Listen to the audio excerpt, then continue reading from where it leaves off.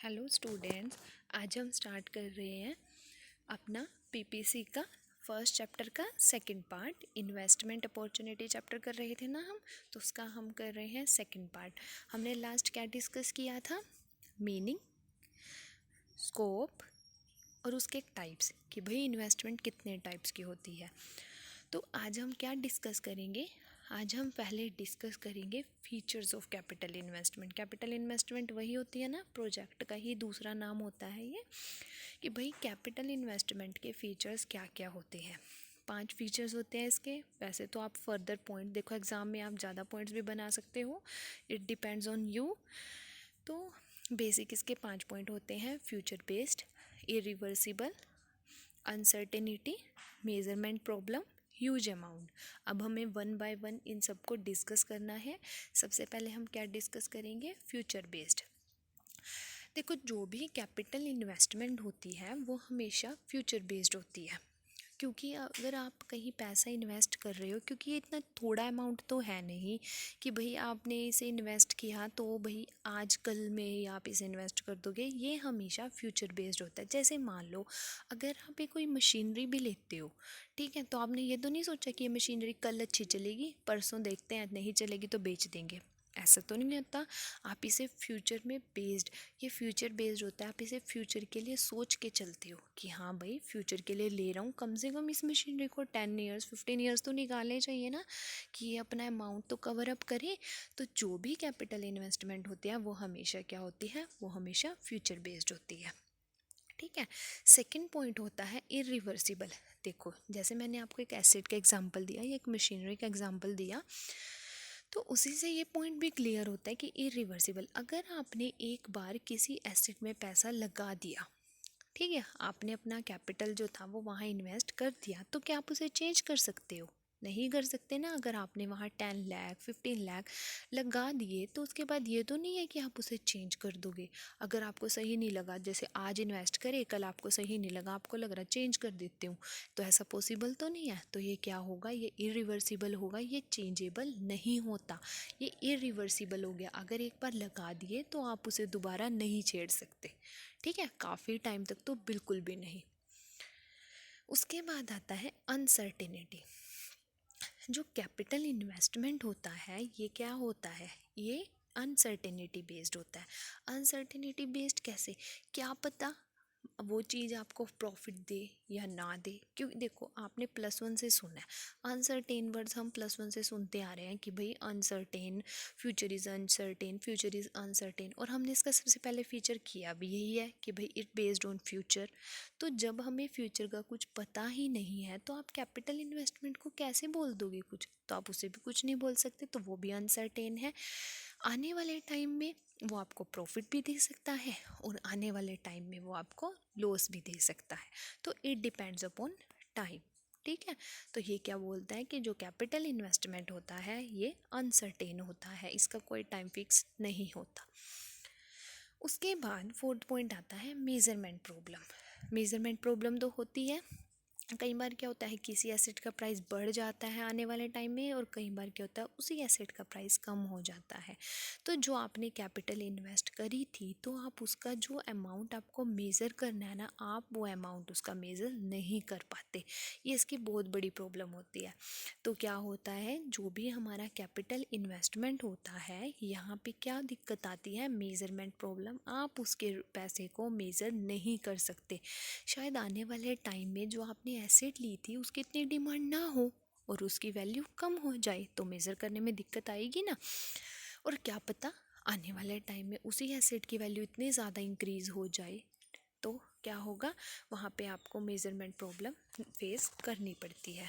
उसके बाद क्या आता है? Huge amount. ये इसका लास्ट पॉइंट है। हम ह्यूज अमाउंट, तो इसका फिफ्थ पॉइंट हमें क्या बोलता है कि ये ह्यूज अमाउंट होता है। देखो, कैपिटल वर्ड जब आ गया और साथ में इन्वेस्टमेंट, तो हम बोल सकते हैं ना कि इसमें ह्यूज अमाउंट कवर होगा।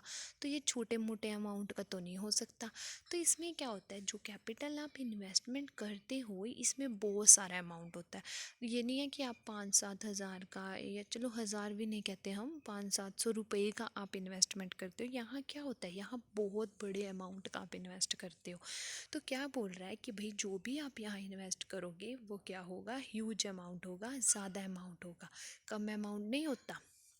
ठीक है, तभी तो इतने सारे फीचर्स उसने उसके बताए हैं, क्योंकि इतना ज़्यादा अमाउंट होगा तभी फ्यूचर पे बेस होगा, अनसर्टेन होगा, इरिवर्सिबल होगा, उसके मेजरमेंट में प्रॉब्लम होगी। ठीक है, तो ये सारे इसके क्या है, फीचर्स। उसके बाद नेक्स्ट टॉपिक आता है इसका project life cycle. Project life cycle में इसके कितने पॉइंट्स हैं, वैसे तो इसमें 4 ही पॉइंट्स हैं। ठीक है, लेकिन आप इन्हें एक्सपेंड कर सकते हो। मैं यही बात बोलती हूँ कि भाई एग्ज़ाम में अगर आपको अच्छे मार्क्स लेने हैं तो आपको पॉइंट ज़्यादा से ज़्यादा एक्सप्लेन करने पड़ेंगे, ज़्यादा से ज़्यादा पॉइंट ऐड ऑन करने पड़ेंगे। तो प्रोजेक्ट लाइफ साइकिल हमारी कहाँ से शुरू होती है, इनिशियलाइजेशन से। इनिशियल क्या बोलता है, इनिशियलाइजेशन का मतलब होता है जब किसी प्रोजेक्ट का स्टार्टअप होता है या बर्थ होता है। ठीक है, उसके बाद सेकंड आता है प्लानिंग। फिर आपने उसके बारे में थोड़ा सोचना, समझना, थोड़ा उसे करना शुरू कर दिया।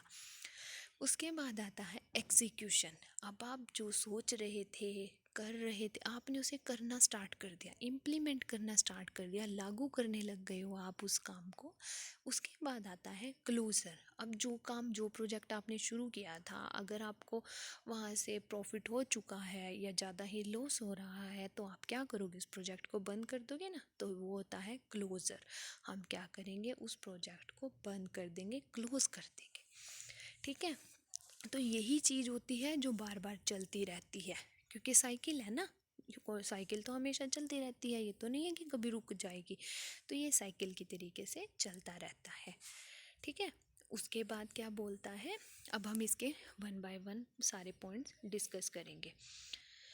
सबसे पहले कौन सा पॉइंट, सब देखो इसने इसके बाद यही सारे पॉइंट्स एक्सप्लेन ही किए हुए हैं कि प्रोजेक्ट लाइफ साइकिल क्या होता है। लॉजिकली इसमें बहुत सारी एक्टिविटीज़ कवर होती हैं जो कि एक प्रोजेक्ट को उसके गोल्स और ऑब्जेक्टिव्स तक पूरा करने के लिए हेल्प करती है।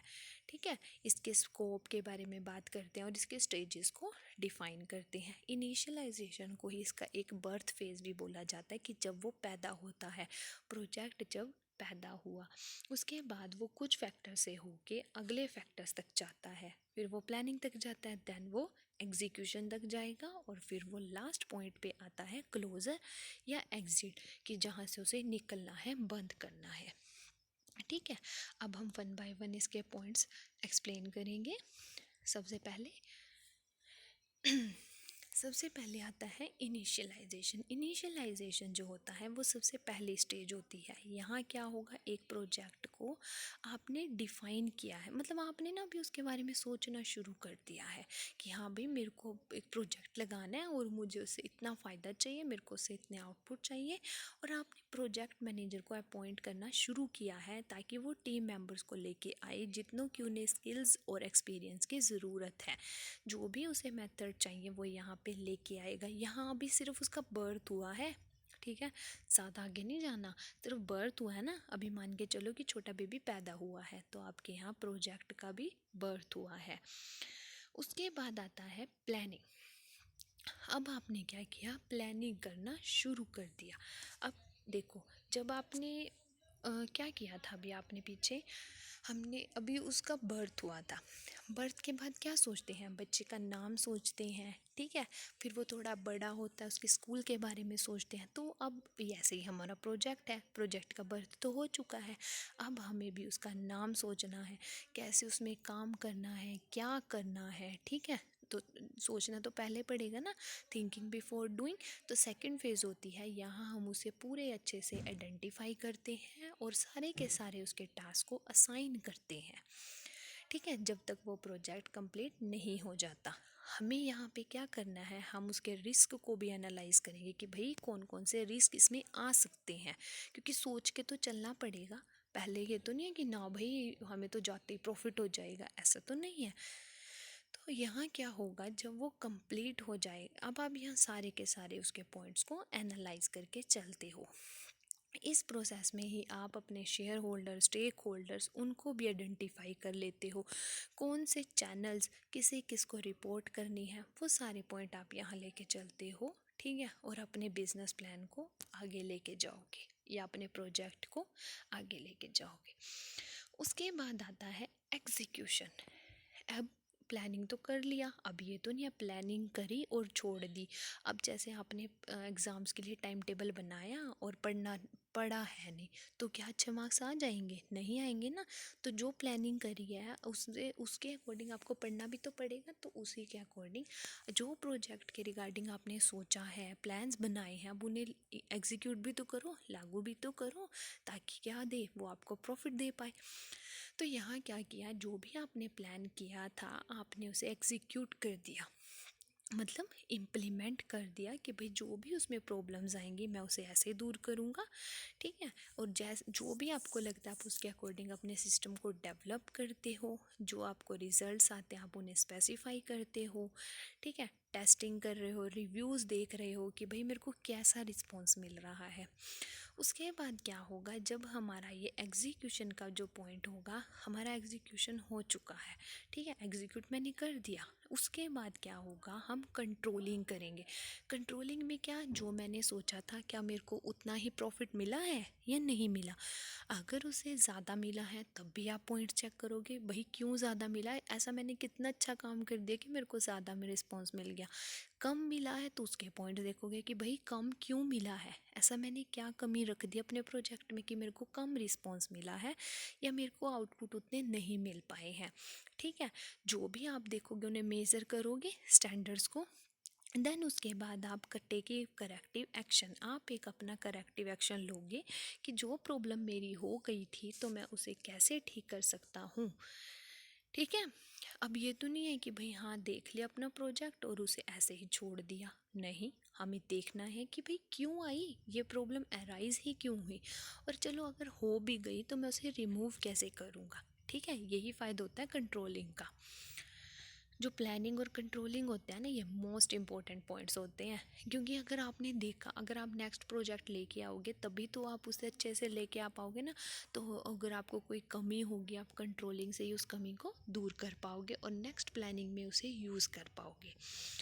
उसके बाद लास्ट पॉइंट आता है, अब मेरा प्रोजेक्ट का जो लाइफ साइकिल थी ना वो पूरी हो गई, क्योंकि कंट्रोलिंग पे आके सारे प्रोसेस कंप्लीट हो जाते हैं। तो लास्ट फेज़ में क्या करना है, जो आपका प्रोजेक्ट मैनेजर है वो आपके प्रोजेक्ट को कंप्लीट कर लेता है, उसका सक्सेसफुल हुआ या फेलियर हुआ जो भी हुआ, यहाँ आप देखोगे उसे बंद कर दोगे। क्योंकि अब आप एक ही प्रोजेक्ट पे थोड़े बैठे रहोगे, आपको फर्दर आगे भी तो काम करना है, अपने बिजनेस को आगे भी लेके जाना है। तो यहाँ क्या होगा, क्लोजर फेज में आप क्या करोगे, रिटर्न फॉर्मल प्रोजेक्ट देखोगे, रिपोर्ट बनाई जाएगी कि कैसे मेरे को इस काम को पूरा करना है या मैंने इस काम को कैसे पूरा किया, मेरे को कैसे इसे बंद करना है। सारी जो भी रिटर्न फॉर्मेलिटीज़ होंगी वो क्लोज़र में होगी। अपनी टीम के साथ आप रिपोर्टिंग करोगे कि भाई हमने यहाँ पे ये किया है, इतने रिसोर्सेज हमने यूज़ किए हैं, ठीक है। तो अच्छे तरीके से आप अपने एक प्रोजेक्ट को बंद कर दोगे, ठीक है। और यहीं पे हमारी जो प्रोजेक्ट लाइफ साइकिल की फेज़ होती है वो यहाँ फिनिश होती है, ठीक। प्रोजेक्ट लाइफ साइकिल के फेजेस हमने देखे हैं, मतलब वो साइकिल जो है वो हमेशा चलती ही रहती है। कौन कौन सी देखी हमने, सबसे पहले प्रोजेक्ट लाइफ साइकिल में क्या आया, इनिशियलाइजेशन, उसका बर्थ हुआ। देन हमने क्या किया, उसके बाद हमने उसकी प्लानिंग करनी स्टार्ट कर दी है कि भाई मेरे को कैसे, यहाँ पे थिंकिंग बिफोर डूइंग, मैंने सोचना शुरू कर दिया किसे मेरे को अपॉइंट करना है, किससे मेरे को कैसे काम लेना है, ठीक है। देन उसके बाद हम क्या करेंगे, एग्जीक्यूट। अब जो सोचा था उसे करोगे भी तो या उसे ऐसे ही छोड़ दोगे। अब आपने क्या किया, उसे एग्जीक्यूट कर दिया, उसे लागू कर दिया जो भी आपका काम था। उसके बाद आपने कंट्रोलिंग करी है। कंट्रोलिंग में आपने क्या किया, अपने स्टैंडर्ड्स को मेज़रेबल किया है कि मेरे को उनसे अच्छा रिस्पॉन्स मिला या नहीं मिला, अगर नहीं मिला तो क्यों नहीं मिला। उसके अकॉर्डिंग आप यहाँ पे टेक करेक्टिव एक्शंस लोगे। एक्शन लेने के बाद अब आपको अपना प्रोजेक्ट क्लोज़र करना पड़ेगा, तभी एक प्रोजेक्ट बंद होगा। तो अब आप यहाँ पे क्या करते हो, आप अपने प्रोजेक्ट को बंद कर देते हो, ठीक है। क्लोज़र हो गया आपका प्रोजेक्ट बंद हो गया। तो हमने अपने प्रोजेक्ट को बंद कर दिया है, क्योंकि हमें नेक्स्ट प्रोजेक्ट में भी अपना पैसा इन्वेस्ट करना है, ठीक है। तो हमने आज इसकी फेजेस कंप्लीट की हैं, फीचर्स कंप्लीट किए हैं। हम नेक्स्ट चैप्टर में नेक्स्ट टॉपिक में हम यहीं से कंटिन्यू करेंगे, ठीक है। अगर किसी को कोई भी डाउट है तो वो मेरे को पूछ सकता है, व्हाट्सएप ग्रुप में भी पूछ सकता है और कमेंट सेक्शन में भी पूछ सकता है, ठीक है। Okay, thank you guys.